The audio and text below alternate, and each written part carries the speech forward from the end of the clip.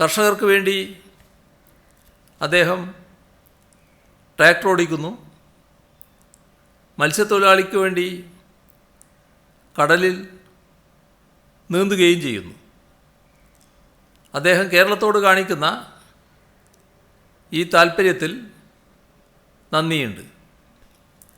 രാജ്യത്തെ ഒന്നടങ്കം പിടിച്ചുലക്കുന്ന കർഷക സമരത്തെ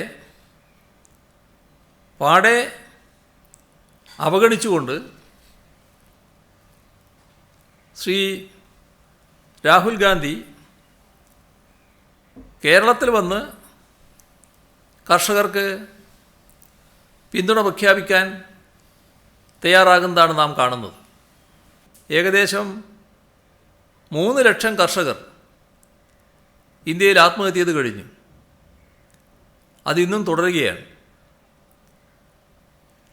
അതിന് കാരണമായത് കോൺഗ്രസ് നടപ്പിലാക്കിയ,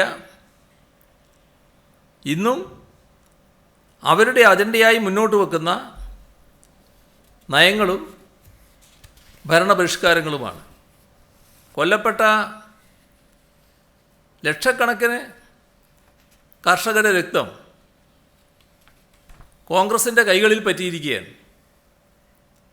അനാഥമാക്കപ്പെട്ട അത്രയും കുടുംബങ്ങളുടെ ദുരിത ജീവിതങ്ങൾ ഓർക്കണം.